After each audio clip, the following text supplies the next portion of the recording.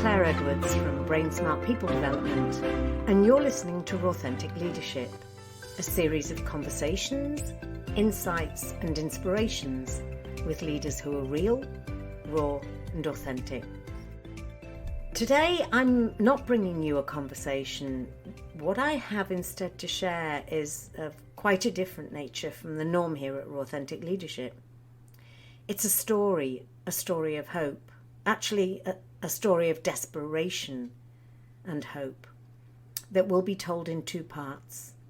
My guest is Yaser Naseri, and the topic of this podcast and the next one is the essence of hope in leadership.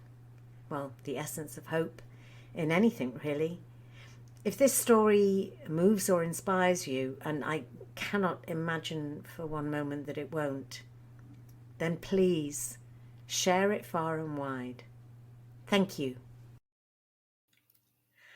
I met this month's guest through our involvement in Glow Up Careers, a career coaching social enterprise with a difference, and actually my guests in a previous podcast. If you're a regular listener to Authentic Leadership, you'll be familiar with my guest introductions and how they expand on our connection before we chat, but not today. Because today I'm going to let my guest tell his story, which actually I am hearing for the first time too. The critically important topic of our conversation today is the essence of hope in leadership. Yaser Naseri, a very, very warm welcome to Authentic Leadership. Hello, Claire. Thanks for having me here. Oh, you're so very, very welcome. Thank you very much. So yes, I said it was going to be a story. So I'm wondering, as you know, stories do have a beginning, a middle, and not yet an ending. Can you start at the beginning for us, please, and just tell us a little bit about your early life, where you grew up, and what your hopes and dreams were if you had them as a little boy? Sure. A lot of memories, actually. So I am from Iran, originally from Tehran. I was born there and I grew up in kind of a middle class family in Tehran. I was a very good student, very smart on mathematics and not so good in other subjects. I had a lovely family. And I remember I wanted to be a pilot. That's why I have a photo of mine at the age of 7 or 8 with a pilot costume. I had the uniform of a pilot because my father bought it for me, and I took a picture with my father on that uniform. So it was kind of my dream to be a pilot. But as we all know, life doesn't always go as you plan and as your dream. So that was my kind of early childhood. I was the first child and also the first grandchild, which I had a lot of attention when I was little. Yes. And yeah, that's a little bit of my childhood. Okay, so you said you're the first child. Who came after you? Yeah, so as I mentioned, I was the first child of the family. So I got two siblings. After me was my sister with a few years kind of younger sister, and then another brother, which is kind of 5 to 6 years younger than me. So three of us in a little family. Yeah, so two siblings. Okay. And so, you know, growing up into your teenage years, and if, you know, that dream of being a pilot was still strong for you, or what started to become really important to you as you became a teenager? Well, there is a little more story into that, which I usually don't share in other kind of spaces, especially the work-related stories that I'm kind of involved. So my teenager time was much involved with my parents' divorce, a lot of Okay. family issue and parents' divorce. So all of my dreams were kind of shattered. For a while, I stopped going to school, and I had a lot of difficulties dealing with my parents' divorce. And then later on, when I get kind of grow up, I was kind of start getting involved with all these protests, political protests in Iran, which kind of start my journey to kind of leave Iran, which I later on shared with you. Okay, okay. Yeah, I'm sorry to hear that. I was 16 when my parents divorced, so I've got not the same understanding, but certainly empathy for your situation. Yeah, thank you. But there was not much space to think about being a pilot anymore. Of Um, course. And so, when you said, you were getting involved in political protests, if it's okay for me to ask you, what were you protesting for? What was important to you? What were you valuing at the time, Yasser? sure, this was kind of later on. I was a bit older than a teenager, but Mm-hmm. as I was growing up, we all develop values and we all observe the world around us and we see issues. And then I was kind of a person that I couldn't sit still if something wrong. I Mm-hmm. wouldn't keep silence. So I would go out and, talk about it, whether it was like in a family gathering or in a classroom or in a neighborhood.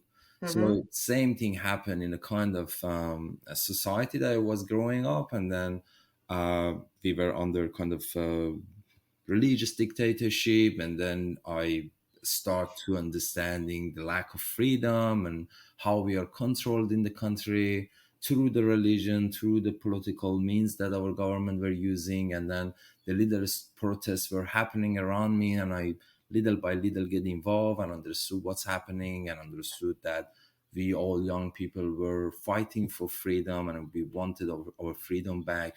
We didn't want our government to control us. And then little by little I start going to these protests that were happening here and there, and by here and there it would be like this year and next year, or this month and next month, or Mm-hmm. the gap would be different. But as I was growing up, I would get involved more and more and more seriously, and until the last one, which went really bad.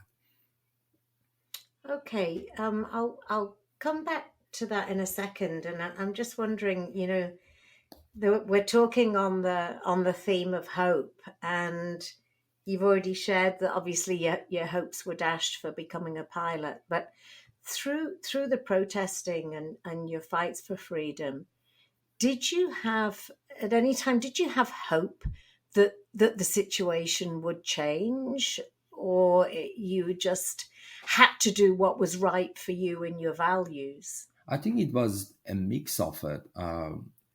Obviously, I mean, it was more hope when I was younger, and it was my kind of early involvement in these kind of movements. And as I would go to more protest, of course, I was standing for my values, and I Hmm. was standing for what is right, because by then I wasn't only a teenager, I was an adult Hmm. who understand the world at least a little bit more than a teenager. And I would fight for what is right. Hmm. But as we were suppressed each time, and I would see the behavior and how government respond to these protests, which most of the time were peaceful, I would lose hope more and more. Okay. So because the treatment of a protesters or a treatment to a protest by our government in Iran is very different with what you see here. For example, opposite the town hall, you see a bunch of people protesting and there is police protecting them. It's a totally different story over there. Hmm. Hmm. So, at what point did you realize that this was becoming dangerous, I suppose, for you? I guess it was when I was already, I don't know, 26, 7, and the protests were getting bigger and bigger. For example, the last one I was involved, or a series of protests I was involved before I leave Iran, was called Green Movement, and it was after the election that was happening in Iran, and we weren't happy with the result, and we felt that government manipulating all the results of the election, and they put people they want in power rather than what people vote for or who Mm. people vote for. So I remember, you know, you see police in a street not protecting the protesters, but Yeah, shooting at protesters. yeah, So that's the case, and every day you hear people are arrested, they are disappeared, the family go front of these governments buildings, and there is no one responding them. And today, as I'm talking to you, on top of, thousand and thousand people were killed in different protests, there are a lot of people are just disappeared, and nobody has answer for them, like oh nobody knows gosh, where they are. So I was learning that I'm dealing with something really dangerous and something very, very serious. It's not a matter of like punishment, court, or only jail, or being detained somewhere. It's life and death. yeah, yeah. So what choices did you have? How did you take action? What was the next step? Well, again, I'm still in Iran now. Well, and I haven't left Iran yet. So for me, was easy option, which was a dangerous one. As I said, since I was kid, I couldn't, sorry, shut up. I had to talk about what is right, Hmm. or talk against what is not right. Hmm. And for me, it was an easy decision. I have to go. I have to participate. And a lot of people, a lot of my friends would just silence and ignore everything and just go about their life. And me and a lot of other people wouldn't. So I think in that sense, it was an easy decision to just stand up for my right, or for Iranians' right, and go to a street. And it was more scary because, for example, in a few of like last protests, I one of my close friends got shot. I stuck in a place that I was in front line, and then police was front of us and start shooting people, and I could see people falling down next to me, and I had to escape. So it become like really, really real stuff that I was touching and Yeah, living every day.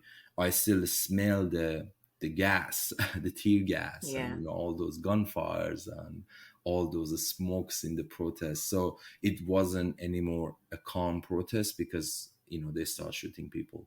So in the end, I kind of lose hope on changing this hmm, situation, hmm. and the only option was pack and go because anytime they could come after me.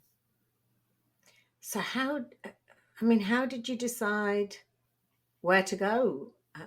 You knew you had to leave, but Yes. but but to where? Exactly. That's actually a question everyone asks, and when you are kind of on a run, you don't really think, or you don't have Excel sheet to look at the data or something. You just know you have to leave. Yeah, to make a strategic decision, you just pack and Yeah, go. yeah. And in my situation, then a lot of my friends were arrested in one of the very last protests we were involved. One got killed, a few of them were arrested. And then how it works is, if your close friends are arrested in that under that regime, they come after you, because each Yeah, of those person have to come with a list of names. There's no, they don't take no for answer, yeah. even if you make it up. So I knew I would be in one of those lists anyway, and I have to go, and I can't live with this stress. So in that time, I left Iran 2011, and the one of the very easiest country to go was Indonesia, because they didn't need visa from Iranians, and it was Okay. visa on arrival. And also, I had a friend who went that way recently in that time, and I said, okay, I just go that way to figure it out. So I just had a backpack and a ticket in my hand, and the only fear I had was in the airport, because I wasn't sure if I'm in a list, they would take me in the airport, and if not, I Ah, can pass the gate. So that's the last risk I'm gonna take, and I have no other chance. That was the kind of a situation I was in. oh boy. That must have been a difficult time going through your passport control and Uh, Actually waiting to get onto the plane. if you talk to Iranians, everyone, even now, if you're not involved in anything, the airport governed by supreme, what they call it, revolutionary guard, and they are. Mm-hmm. It's a scary experience, Mm. the airport, anyways. But for my situation, yes, even worse because again, it was 50-50. And were you with anybody, Yasser? Were you with friends or One family? of my friend who we were kind of together here and there in these protests were with me. But yeah, he was from our neighborhood, and we left together. Okay. And so you left your family behind.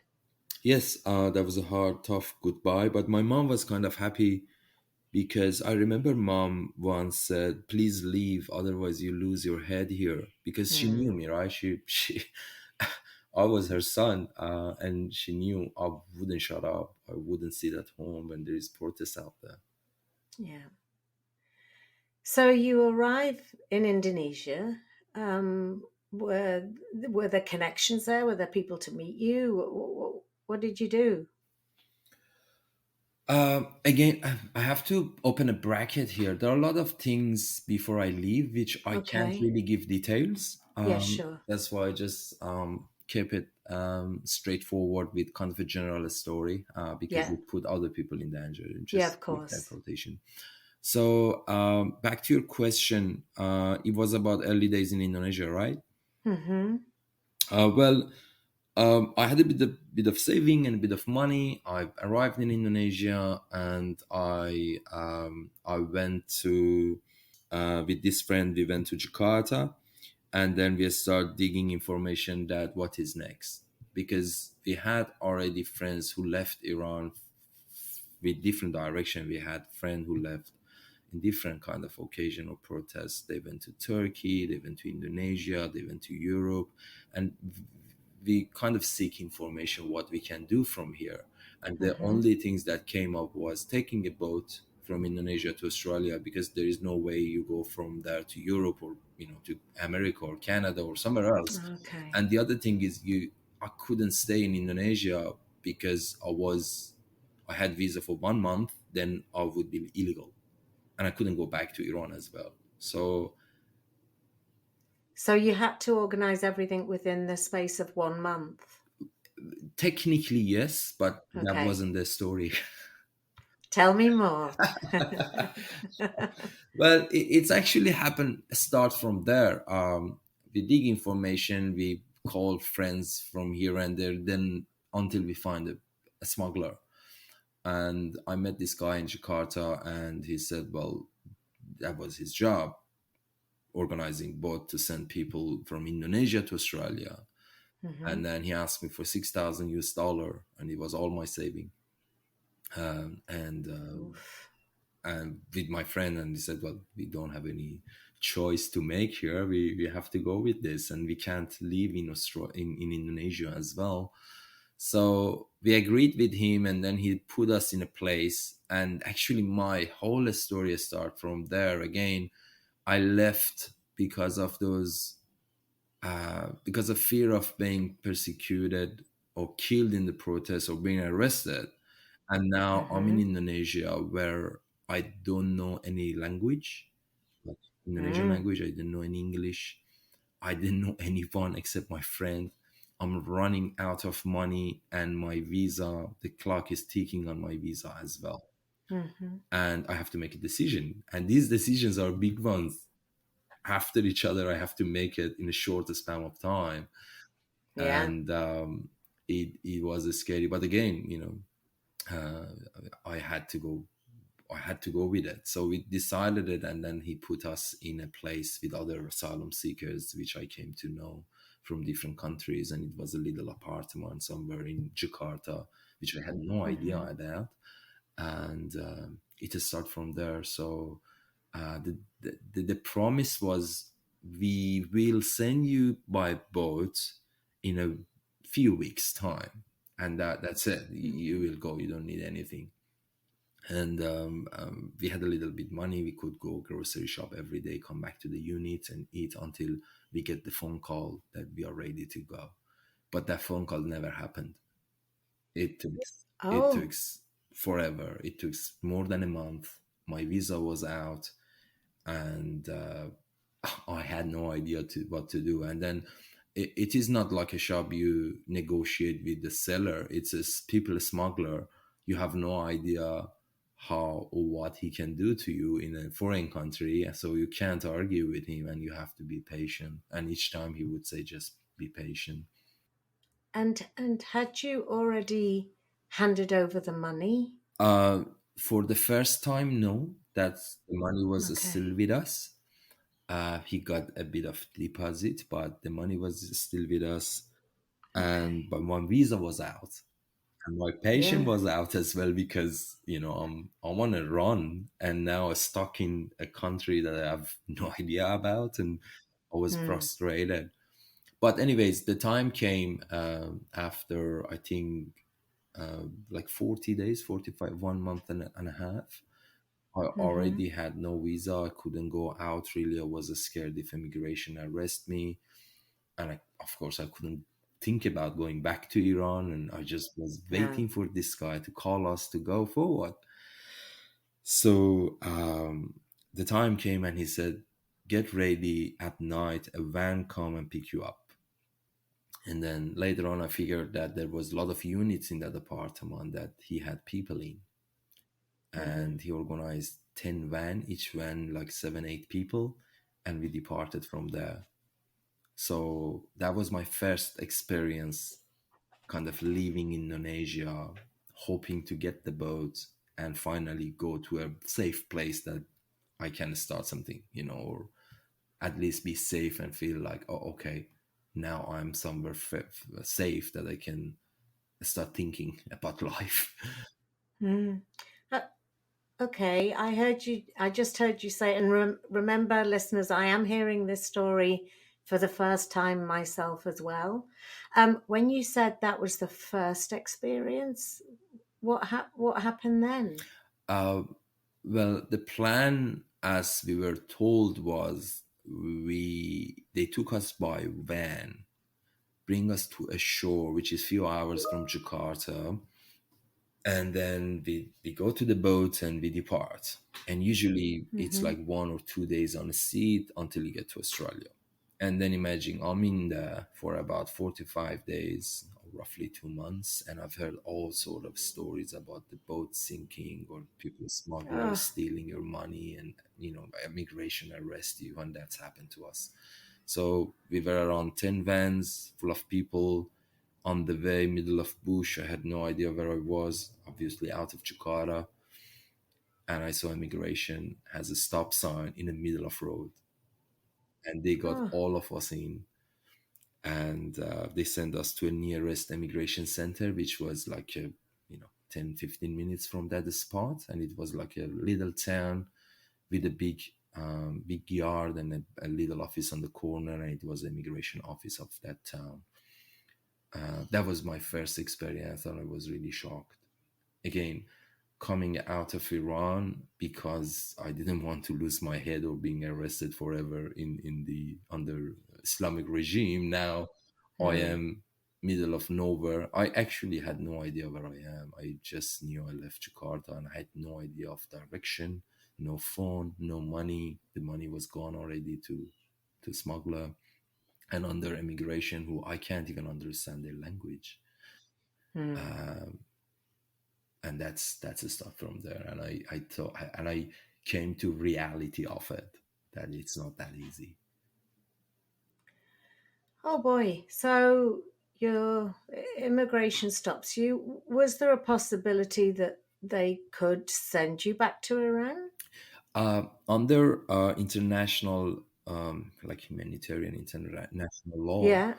um, Indonesia cannot forcibly reject you or send you back, because they have Okay. UNHCR, United Nations office there, and they can just Hmm. offer you a registration with them. Then you can live there Okay. until your case being processed for third country. That's a kind of on paper, but all sort of things happen there. So you're in the middle of nowhere in an immigration center. What happens then? Well, that's where I think something from my, I don't know, my character start, that I couldn't sit still and I couldn't just give up Mm. easily. I don't know where it Yeah. come from, but I think somewhere in childhood I pick it up. So in the middle of chaos, the vans would come into the yard one by one. They take us out to the yard, and people are screaming, babies crying, all sorts of nationalities, all the asylum seekers, families, single people from all, Iraq, I don't know, Iran, Afghanistan. It was a mix, and it was very Yeah. chaotic. And then people were queuing for toilets, and these immigration officers were talking like Bahasa Indonesia, we didn't understand. So it was a bit of chaos, and I saw an Mm. opportunity to escape, and that was my first escape in Indonesia, where I had no idea where I'm going, but I knew I had to go. You escaped the immigration center. If the first one, yes, that was the first Whoa. escape. So How? I signaled my friend and said, "Let's go to toilet," because people are going to toilet, and immigration officers let them, because like 10 vans full of people. Of course, they go to Mm. toilet. Mm. So, and it was very chaotic, and they had no idea what they do. There was like bunch of offices with a lot of people, like 70, 80 people, Mm. and then it was a queue, and the toilet was near the wall. The wall was a bit short, and on top of wall was 2 layers of fence. And I'd asked my friend, said, "Hey, I mean, all of this happened in less than a minute, right?" I signaled him and said, "We can go behind the building of the toilet, that we can get hidden, and then from there we can quickly jump from the wall and we are out." And I went there. I give him signal. He came, and then we help each other go to up the wall and cross that fence. And they were very busy with other people there, and we were behind Mm-hmm. that kind of building, toilet building, so they couldn't really see us. Mm-hmm. And I think we were a bit lucky, because we decided quickly, because afterward I've heard the story that they put all people in the building, so nobody could come to the yard anymore. So that Right. was my first escape. And again, it wasn't there was no information given. It was just instinct. I have to go, and be Yeah. stuck Yeah. here. And I left, and I remember I had $10 in Indonesian money, which was 100,000 rupiah, in my sneaker, and my friend had a couple of, I don't know, $100 in his sneaker. And we jumped from the wall, and I remember it was like a little town, and it was farm next to that office, or that building of immigration. It was like lands, Mm-hmm. and farms, and was little house and little alleys. It was little town. So we just ran, and it was night, so we just get far away enough, and we start looking at each other. So just, what just happened? Now we are in Oh our boy. own. No money. We don't even have phone. We are in the middle of, I literally didn't know where I am. I Yeah. couldn't even go back to Jakarta, because I had no direction. So that was when reality hit again and again. I said, "Okay, Oh well, gosh. now you're on your own, buddy. You have to go." Yeah. And was your friend like, you were both in agreement on your decisions? Yeah, definitely. Again, he was very happy that I signaled him, because otherwise he would have stuck there. He wasn't thinking Yeah. straight. He was shocked. And when he saw the opportunity, and we knew each other for years from Iran, and we just did it. And of course, he was happy, because he's already out of immigration. Yeah. Imagine you're under immigration, you're out of visa. What will happen to you? Yeah. So so what next? We saw in Indonesia there is a lot of coffee nets. Kids stay there, teenagers play games all night, and it was half closed. And I saw, like, I don't know, the owner with his friends were playing game, this PlayStation game. And I Mm-hmm. went in and I said, I want to make a call and I pay you money. And my money was in my hand, showing and talking with my hand, not with language, right? Mm-hmm. And I said, okay, Yeah. okay. Yeah. So I make a call and I called the smuggler because I had the number, right?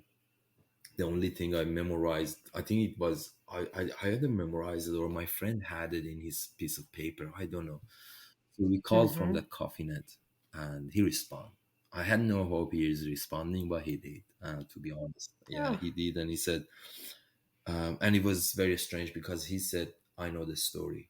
I said, how do you know it? We just been arrested and all people is stuck there and we just escaped. And said, yeah, okay, you did a good job. Just come back to Jakarta. I said, I have no idea where is Jakarta. Just come back to Jakarta. From where? Exactly. So he said, I don't know what you're doing. I'm not there. I'm not even in Jakarta. But what I can do is you come back to Jakarta. That was his word.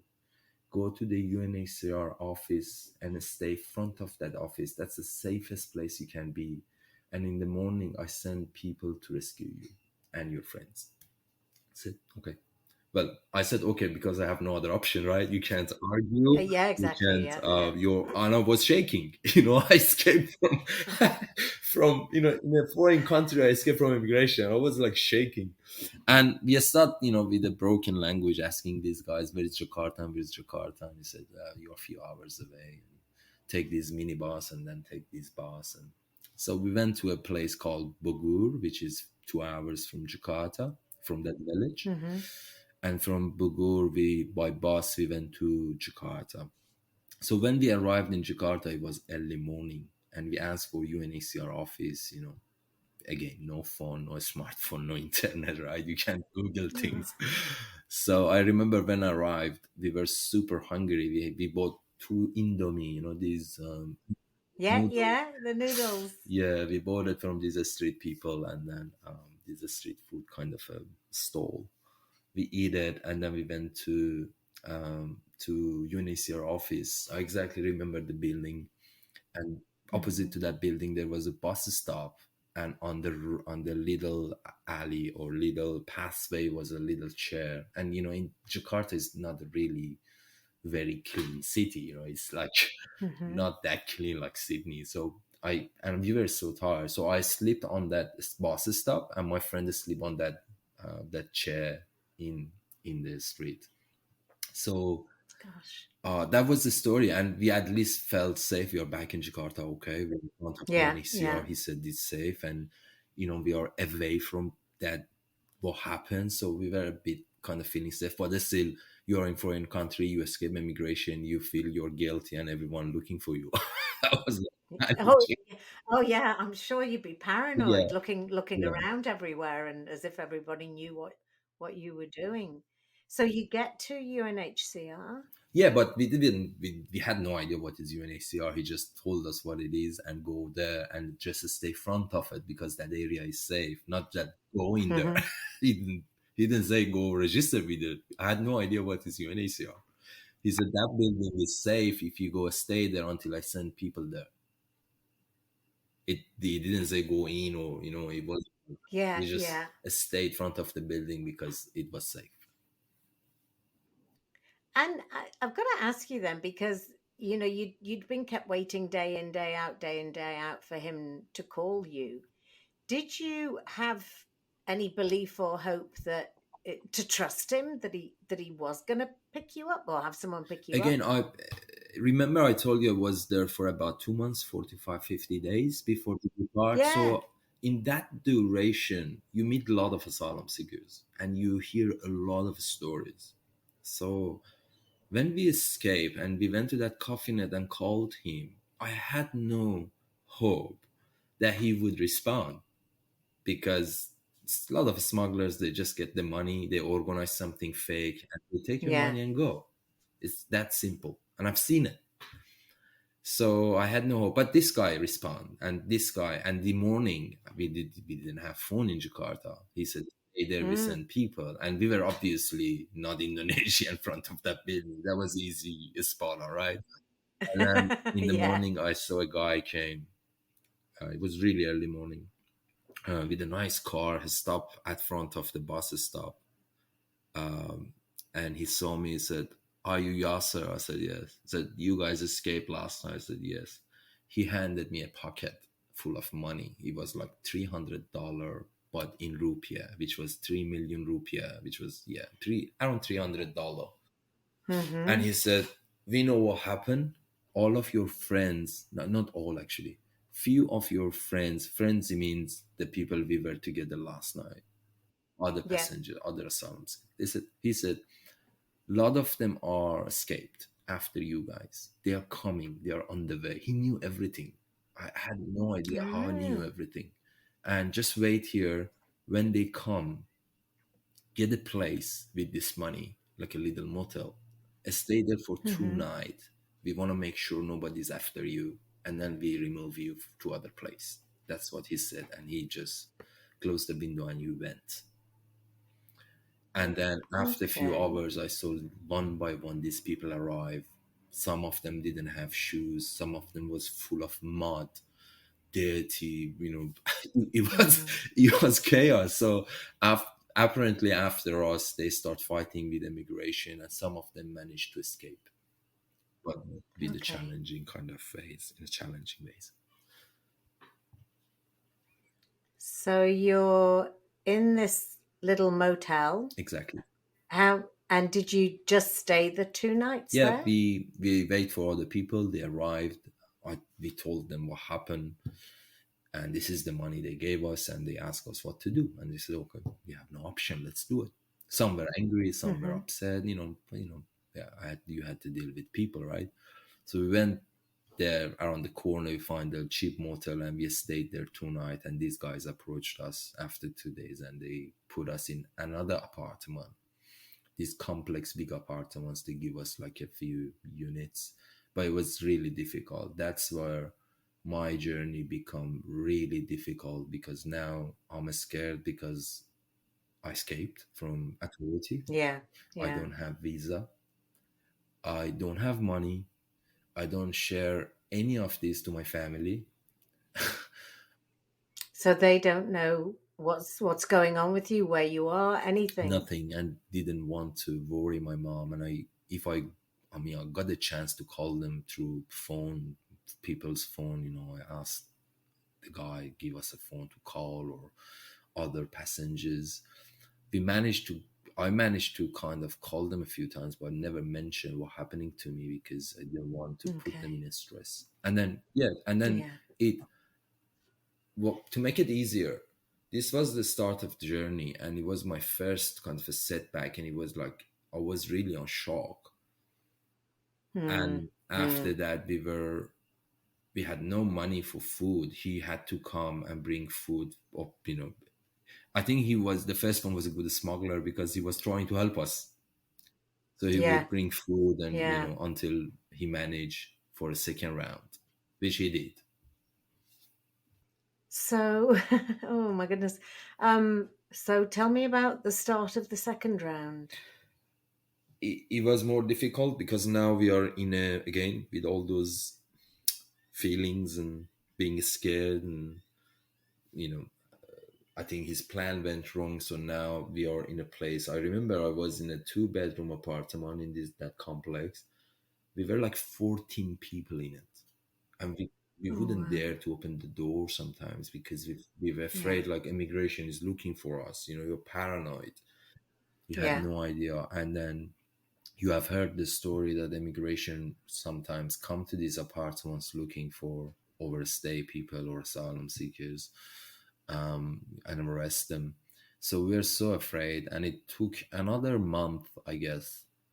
And we were just eating instant noodle, nothing else. It was just instant noodle, limited access to outdoor or outside, because again we were scared, and he was saying that don't go out and don't make noises here, and just Yeah. keep quiet until we plan for next round.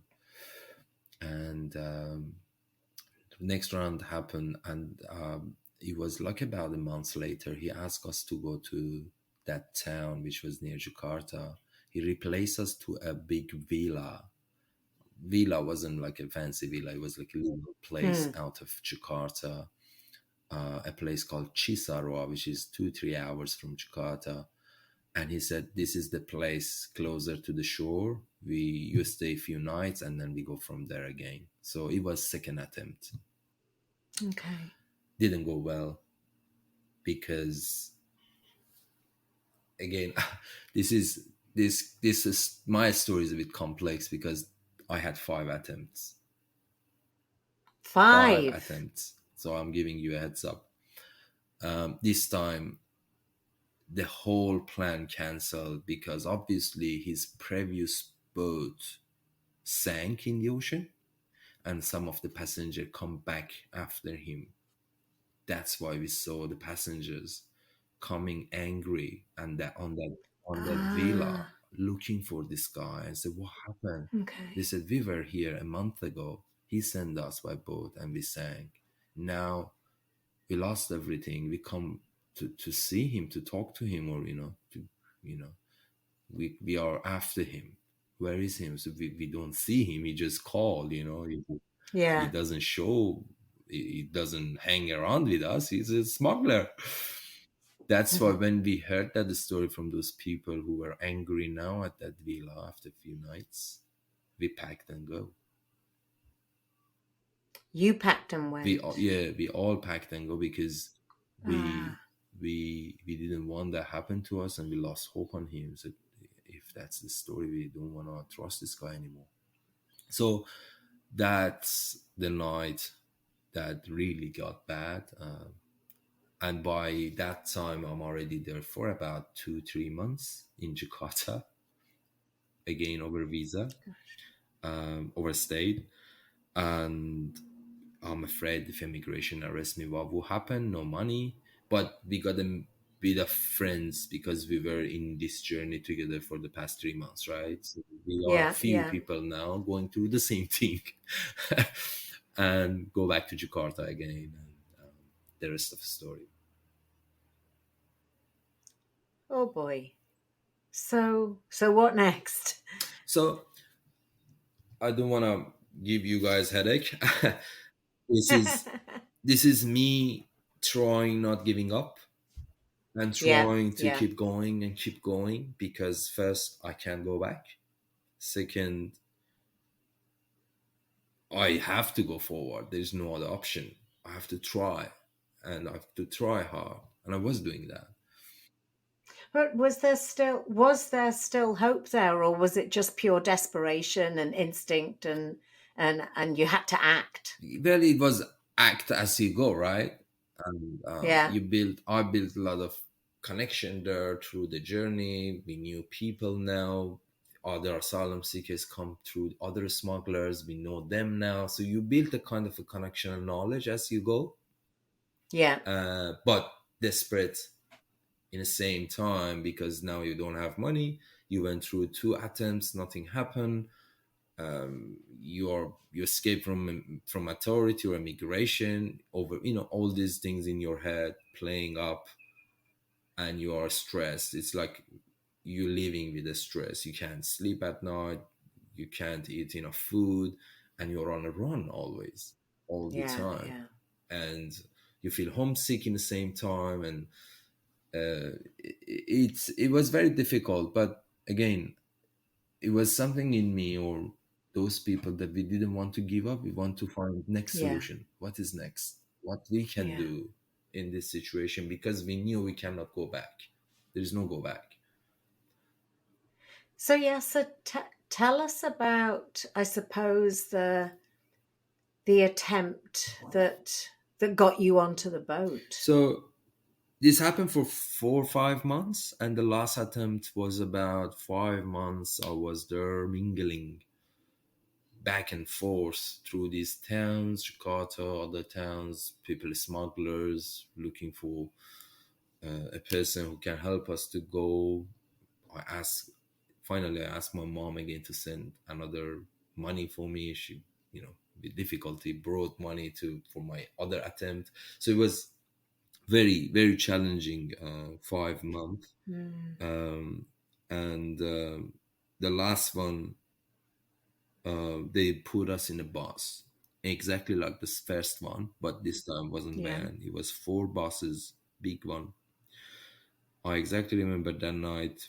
We were in a very big garage, four buses next to each other, and the van would come one by one, putting people to these buses. And it took few hours till these buses got full, and we departed from Jakarta. We were 24 Mm-hmm. hours on the way, and we would only stop for food because we couldn't go out of the bus. All the windows were closed, and Yeah. the buses had toilets, so you didn't need to go out. And only they stopped to Okay. get the food, put it in there, and then we go. So it took us 24 hours from Jakarta to Surabaya. Surabaya is in the end of Java, which is near Bali, but it's still in Java island. Okay. We went there and it was midnight. We arrived in a port, and it was my first time finally see a port and see the boat. The boat was in the middle of Wow. the port, and with these little speed boats, they would take people little by little, few by few, group by group to the boat. And Mm-hmm. it was scary when I got to the boat. It was really scary because it was very old. It was like a box into a vast water. It Ah, didn't look stable. It didn't look fancy. It didn't look all right at all. But again, you have no option. You can't argue. You don't have options. And especially after my yeah. journey, after a few months, desperate to finally getting into the boat, I was in. And then Yeah. all those people were in the boat, and then we depart. It was midnight. And was your friend with you at the Yes, time? yeah, that friend was with me. A lot of new group. Some of those people were through this journey with me. I knew some of them escaped with me after me, and we had kind of a similar story. Stuck there for a few months. Some of them lost their money. Some of them were newbies. They just arrived and were so lucky to get to the boat. Families went upstairs. We stayed downstairs. A lot of single people, and we were tired already. 24 hours, and I remember I was Mm. and the engine started, and then we departed, and little by little it was just water, just ocean. We couldn't see the land. And how many people in total were on the It boat? was roughly 250, 250. 250 people on that boat.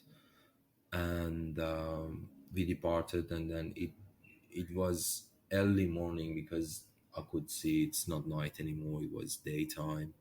Early morning. And then we I remember I was so excited and also fearful in the same time, because all those stories would play in my head, that people who sank and people who Of died in course. ocean, but excited because after all these challenges I'm finally in a boat going to a safe place.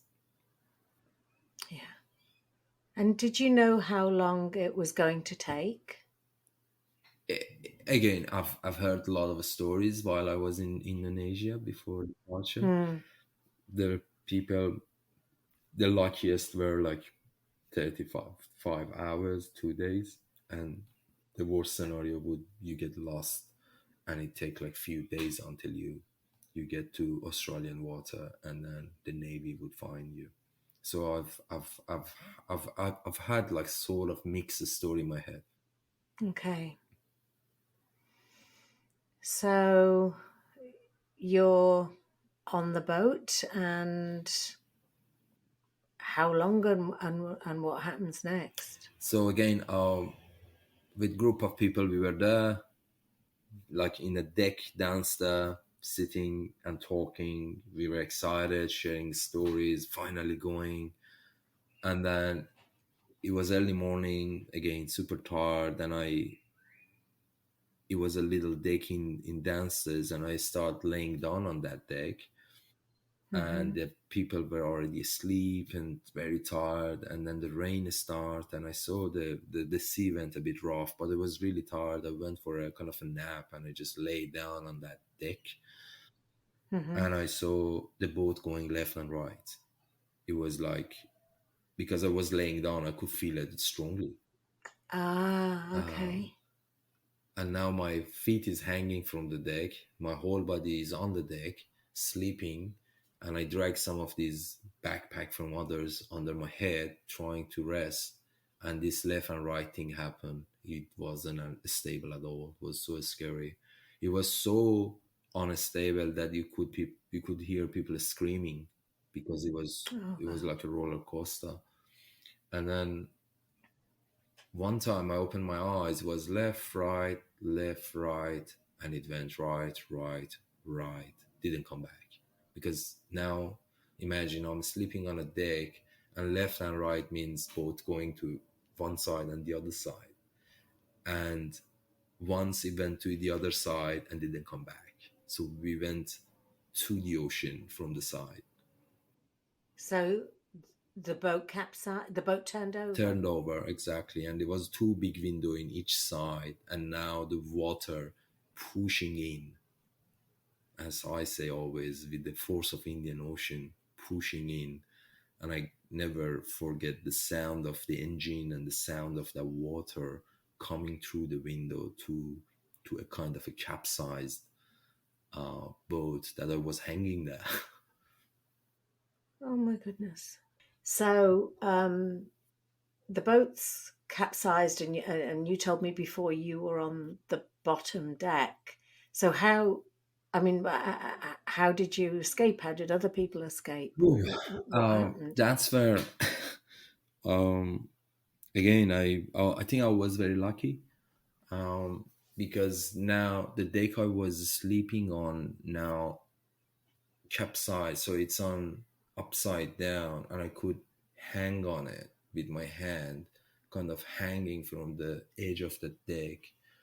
And the boat was on its side. The water was coming through the windows in, and I believe the water pushed me out from the other window with a bit of force of myself. But I could see like people all around hitting to the wall and to the deck, and all luggage was all over the place.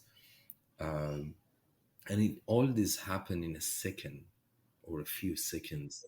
Yeah, yeah. And I remember the only things I remember, I looked at my upper kind of because now I'm hanging from that deck. I look up. The other window in the other side was above me, and I try to reach it. And I think the water helps me as well. So I got out Hmm. from the other side. Again, I it's a rough idea I have. I don't Yeah, remember. It yeah. all happened in a second. But I remember when I come out of water, I was far away from the boat already. It just pushed me away. Oh wow. Okay. And I always So say I'm very lucky because a lot of people are stuck there. If you know among those luggages, under the deck, people were sleeping, or even a person who was scared of dying. If he or she would grab me, I would be dead by now, I guess. oof. And your friend? Uh, I didn't see him, but later on I saw him because he was still alive in the water. Okay. And and how many people did survive, Yasser? So it took us a few hours after that, which is again another story in the story, but I don't want to give too Hmm. much details. So from 250, only 47 survived Oh my eventually, God. and I was lucky to be one of them. And how were you rescued? Uh, well, so after I come out of the water, like I was really shocked in the water. And I'm really very lucky that I could swim because at least I could swim a little bit to hang around. Yeah, And I saw yeah. the boat was capsized. Now I'm far away because the water pushed me out, and I saw people all around the boat, the bits and pieces from boat, all the luggage, and there was a piece of like a big piece of wood broken from the boat, and a few people were hanging on it, and it was closer Hmm. to me. So I went there, and we started talking, and I saw people were shocked. They had no idea what happened. I know what, obviously I was Yeah. shocked too. And after a few minutes, they start arguing that the boat will go down and everyone around the boat go down with it. And the other one would say, no, it wouldn't go down. So that was the argument. And one of these guys said, I don't care. I don't trust this little bit of food. I'm going to swim back to the boat, which is now capsized, right? Upside down. And Mm-hmm. people who are around the boat are hanging on it, right? They're getting back to the boat, just hanging to the boat. And we were seeing this thing. And he said, I'm going there. So he starts swimming. And again, without thinking, I start swimming behind him. So Mm-hmm. we left that piece of wood and we swing back to the boat, which is now upside down, or I think on its side, and people are grabbing each other, and the first people grabbing the boat. So we were like a chain hanging to the Yeah. tilted Yeah. boat. Yeah. So, and after a while, we were in that situation for hours, and after a few hours, we saw a fisherman approached.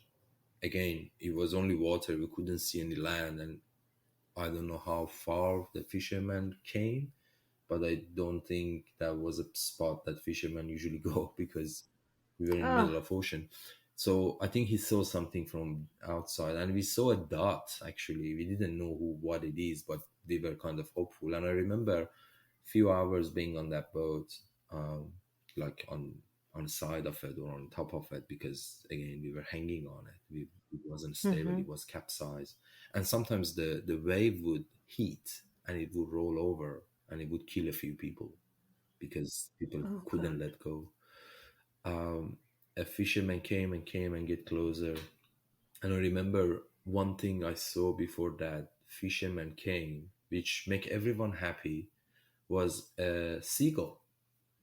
So we were hopeless, Ah. hanging there, and we saw a seagull above our head in the middle of ocean, and people start crying, shouting, and after a few, I guess, an hour or so, that fisherman arrived. Oh my goodness. So the seagull was a symbol that you were close to something, or what did the seagull symbolize I for think you? again, it was hope.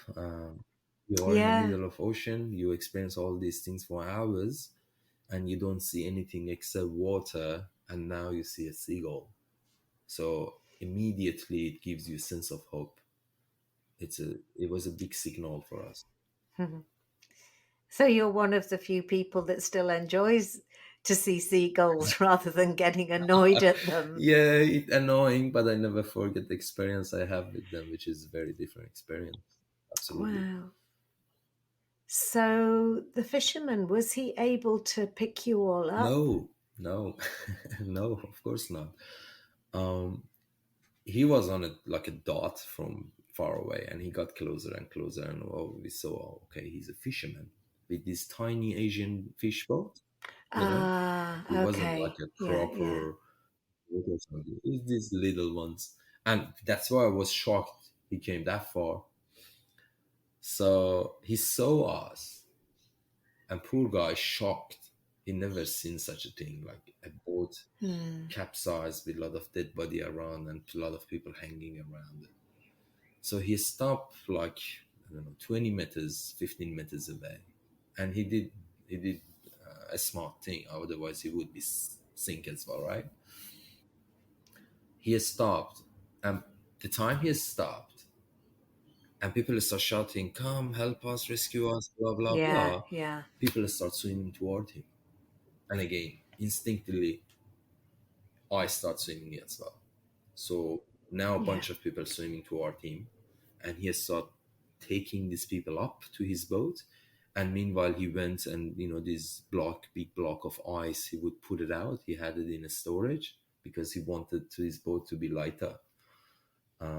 So he put all this ice out, and then one time he said, "Stop, stop! I can't take anymore." yeah, yeah. Um, Sorry about that.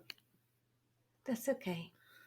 Um, and 34, only 34 he took, and And then he said, I can't take anymore, otherwise we gonna capsize here as well. We gonna Yeah. sink because I know the capacity of my boat. And all of this without any language, right? It was all Of sign course. language. And he just could say, stop, stop, stop. And then he started the engine and he went. And now all those people who couldn't get to him are desperate and screaming and crying.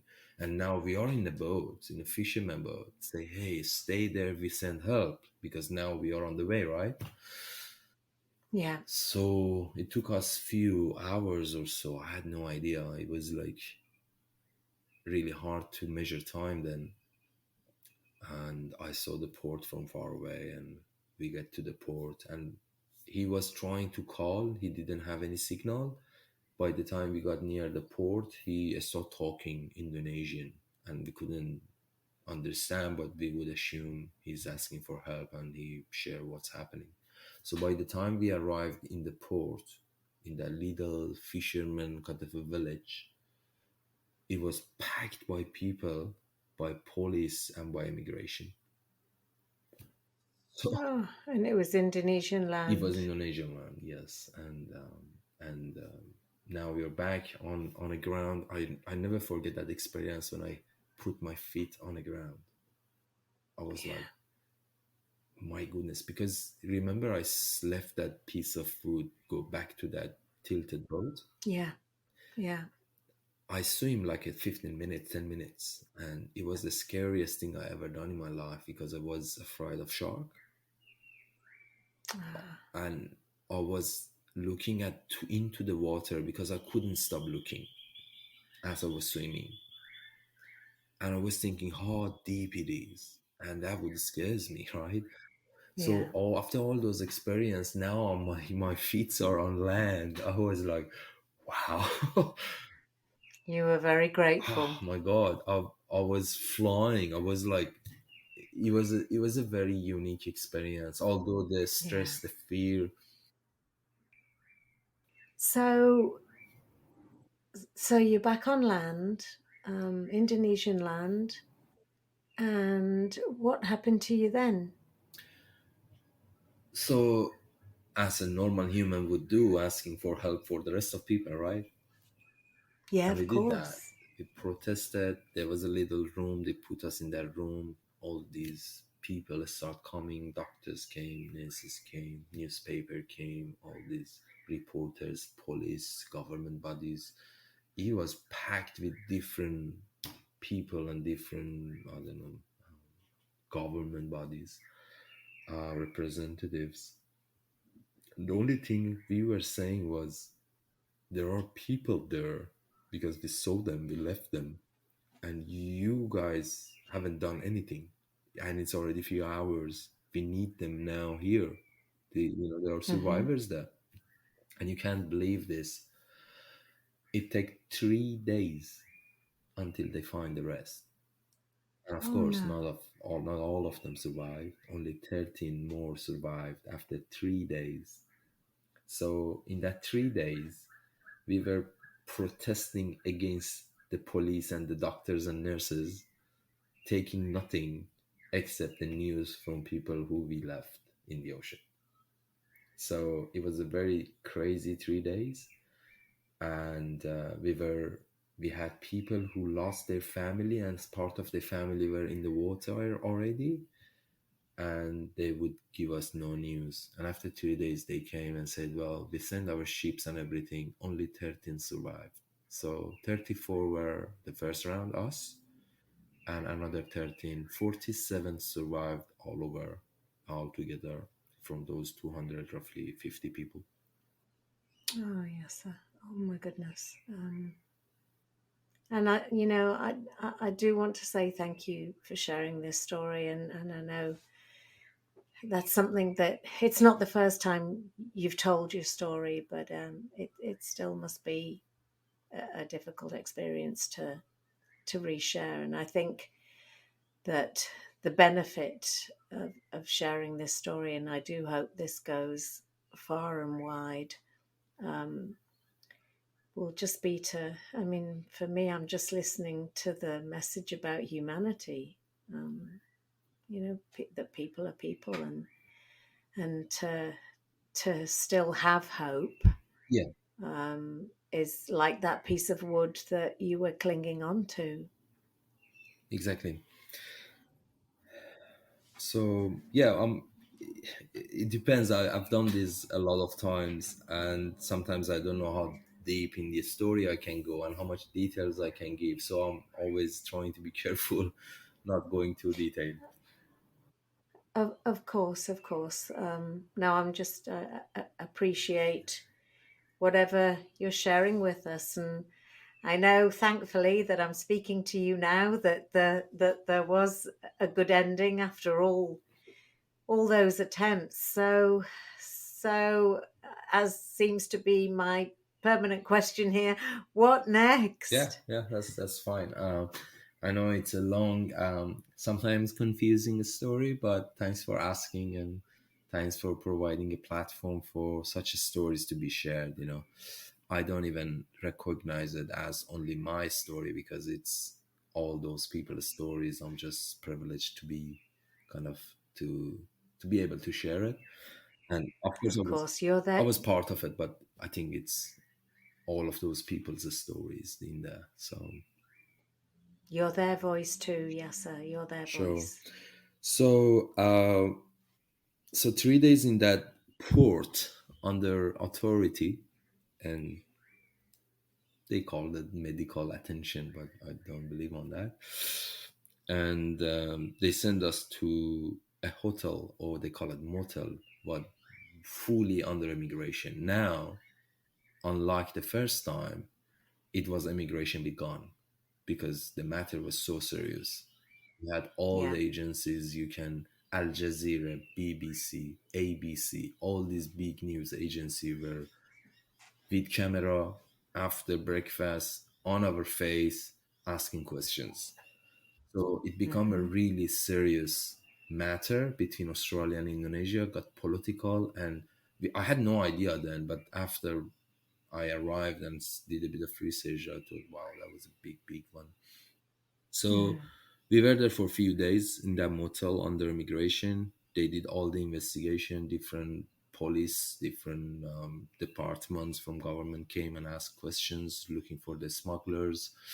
We gave all the information we could, and they sent us to detention. So now this is a detention that worse than a jail in somewhere near Surabaya, which it's understandable. Indonesia is not a rich country, so imagine the detention Yeah. would be exactly like a jail. And and the worst part was we were 16 single. They put us all together in one big cell for 2 months. So it means no open door. You're only in the cell, and the toilet is in the corner. You're not allowed to go to yard even for fresh air. Fresh air. You're Oh, locked in that room because all the news and cameras are gone, and now you're under immigration alone. And imagine after all those traumatic experience, you're locked up in a cell with other 16 people who are all going through traumatic experience. no, I can't understand, Yasser. Yeah. I can't. I can't imagine. It was the worst part, I guess. It was the worst part, and we started even kind of protesting or fighting against it, and you're in a locked room, and what you can do. And one of their officers came and said, "Hey, this is Indonesia. This is immigration under my authority, and this is the rule of this immigration, this detention. Whoever come new has to stay 2 months indoor until you get permission to come to the yard for fresh air," which exactly what happened. So we were locked there 2 months, and after 2 months they opened the door just for us to come to the yard. Oh my goodness. And at that time, did you know how you were going to be processed or when you were going to be processed? Were they giving you any information? Well, there is there is not reliable source. First, we don't have internet, no Google, right? Mm. Second, you hear rumors from other people from other cells would come. They are like old timers there, 2 years, 5 years, 3 years, a person's 8 years. And when you see these things, you're scared, like 8 years in detention. How is that possible? You're not even Mm. criminal. and Yeah. those were our source of information, and they would give us an idea of what is the process. Immigration officer would come every 6 months to the detention. They register you and they go come god knows when for your interview, which might take 2 years, might take 5 years, might take 18 months. You never know. There is no rules. So, I mean, look back on this theme of hope. Gosh, did did you have any still? Had you lost it? I still knew I don't want to go back. I remember we were locked in first 2 months in that detention, and finally a person from Iranian embassy came, because again, that was a big Ah, news, right? It was 250 people died in the boat. It's all over the news in the world, not even Australia or Indonesia, all over the world. And a person came one day. He didn't even open the door for us, as a someone from embassy. He just came to the window. He said, "Who wanna get deported? The only thing I can do for you is whoever want to be deported to Iran, I make the process faster. Write your ah, name here. That's it." And he went. He gave us a number. He never responded. And I even didn't go in front to talk to him because we were cursing from behind the whole the whole ah, regime and everything, and continuing the protest, right? That I was doing in Iran, yeah, because it was yeah. clear for me that I don't, they're gonna. I knew what will happen if he come back. But anyways, that was the only thing he came in. There was an Iranian guy only there. There were Somalian, Afghans, Iraqi, but there was only one Iranian guy who is in Sydney now. And he was very helpful. He would go around to other cells, collect biscuits, gilets, Mm-hmm. food, whatever was there, and bring for us. And there was old timers Mm-hmm. there who had mobile phone. He would borrow that and bring it to us for call. And he would go around, come to the window, put all this stuff through the window into the cell, and go again. He was a very helpful guy, and he was a Mm. source of hope for us. We could talk to him as well. That was first. Yeah. Personally, for me, um, I I had a mentor in Iran once. He said he was very big in service, right? He Mm-hmm. always would tell us to do service in any situation, helping others. And I remembered what he said, so I started doing that in that cell, which was a 20 meters square big room with 16 people in it who can't go Yeah. out, and the toilet was in the corner. That was it. So I started Yeah. talking to these people and trying to help them. For example, there was a guy who lost his entire family, and he attempted to kill himself a few times. And I was Oh like attending gosh. to him, talking to him, you know, stopping him on beating his head against the wall and all these things. So that was the other source of hope or help or something that helping me to go through day by day. Yeah. Yeah. And that was it. And after 2 months, they opened the door, and of course, we went to the yard, and it was more people, more talking. And there was a lady from GSR in Indonesia, and that was the only woman who were allowed to come to detention. And she would come for an hour talking to these people, and there was a guy who Mm-hmm. would speak English and translate for us, and we would talk to him, get a bit of hope from her. Sorry, her. And she would go. Her name was Taka, and she always wear Mm-hmm. white. She would come to the detention, sit on the corner. Everyone would go to him, whoever wants to talk to her, and she would go. So that was kind of our life there. going Yeah. around Yeah. talking to her or talking to each other. But again, I'm a restless guy. I can't be stuck. Same thing, same thing, same feeling. And that was my second and last escape from detention.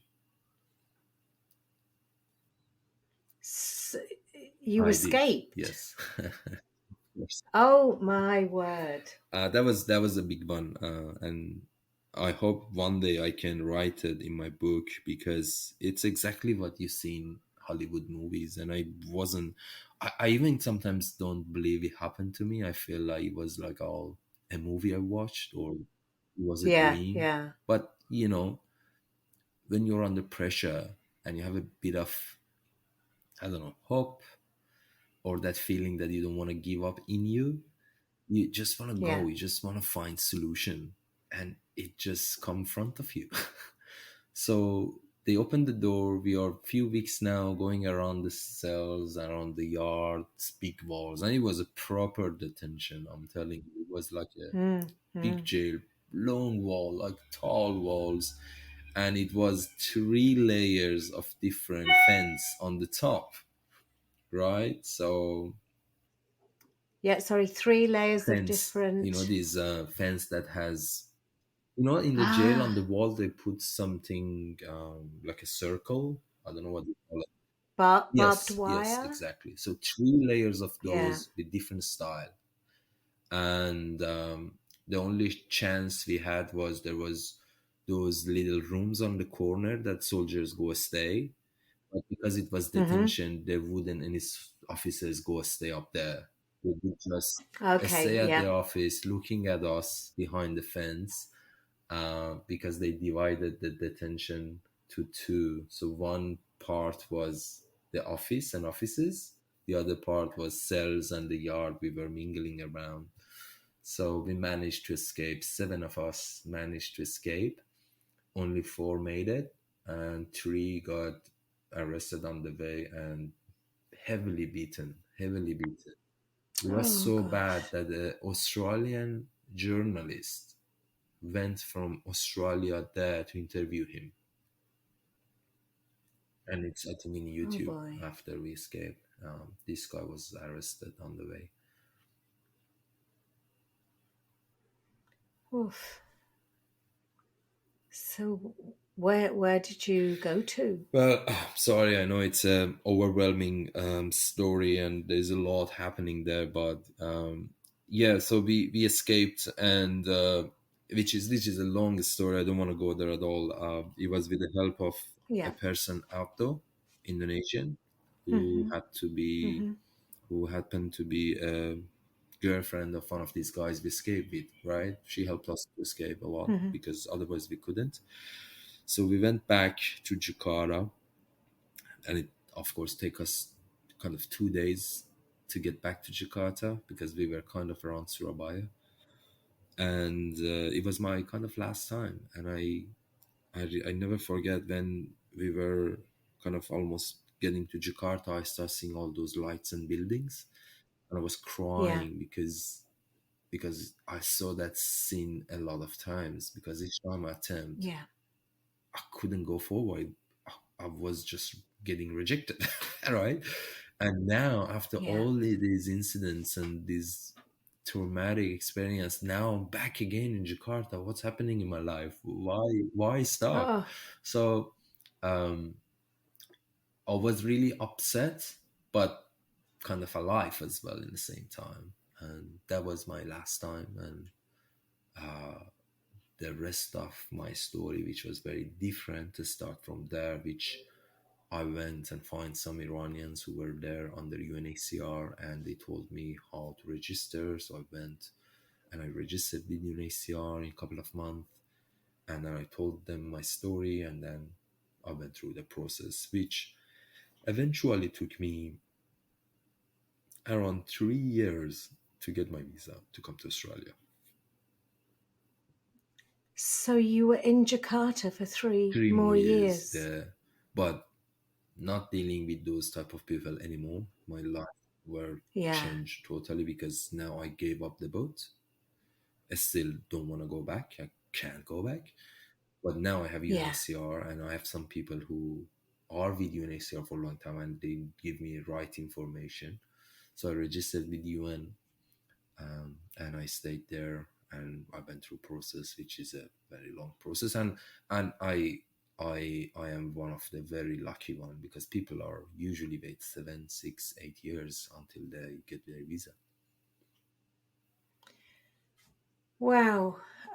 So what year did you then leave Jakarta, and did you come straight to Yes, Australia? so um, I I got the interview with Australian embassy, which wasn't my option. It's the UNHCR call that where they send you, Okay. and they accepted me. They gave me visa, the ticket. 2014, I guess it was July 2014.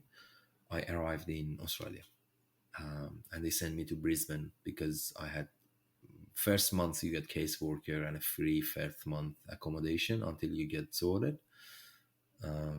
So I went to Brisbane.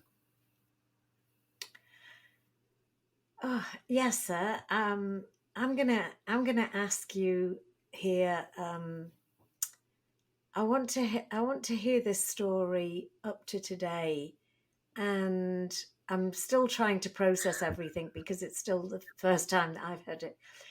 Would Could we do a part two? Yes, of Yes, sir. course, of course. I think just to, for No, you as it's a well, lot. in sharing Mhm. it, and for the listeners to Exactly. absorb it. Yeah. That I think, and I'd like to do it. I'd like to do it quite quickly, if that's okay, Yes, so sure. that this part one becomes the July podcast, and then part two becomes the August podcast.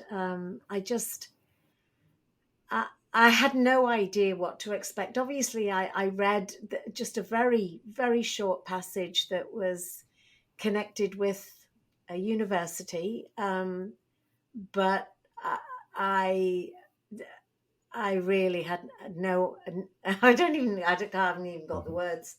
I had absolutely no idea. I can't, and here's me, like, calling it the essence of hope. Dear God, I mean, the amount of times you must have lost hope and regained it, and there's that little pilot inside Exactly. that's still driving to move forwards. I hope at least my story fits your podcast. I don't know. Oh. It's no, it's not about fitting the podcast. It's about, this is such an important message on many more counts than just looking at hope and looking at how we lead Yeah. ourselves. It's a much bigger story, and you know, I really hope that you do write that book, but don't say anything yet, because that we're going to talk about that in part two. So We're going to talk about Brisbane onwards. We're going to talk about how you assimilated, how you looked for work, how you do what you're doing now. And I just want people to absorb the last, what, hour and 20, and think. I actually would like to invite people to reflect on their own lives and their own challenges, and what hope means for them. Because I think, yes, and Naseri, you are an sorry, I'm going to get emotional here. thank you. You're an ambassador of hope. Thank you very much. Thank you. Yeah, thanks for giving this platform and sharing my story. It's I really appreciate that, and I did my best to I did my best to not going too much details or sharing it in a shorter version. There is a lot happening there, but at least your listener get a kind of a big picture of a story. Of course, of course. No, I imagine there must be an awful lot more detail, an awful lot more emotion, um, and also, I mean, thinking about your family and what have you.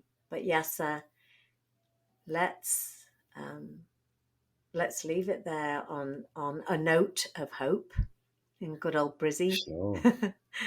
And thank you. And I will be in touch very, very soon to to be in conversation with you again Definitely. for part Part two gonna two. be about the land of hope, Australia. So it'll be fun. How wonderful. Yaser, until we speak again, which will be a very short time, Thank you go very well. much. Talk to you soon.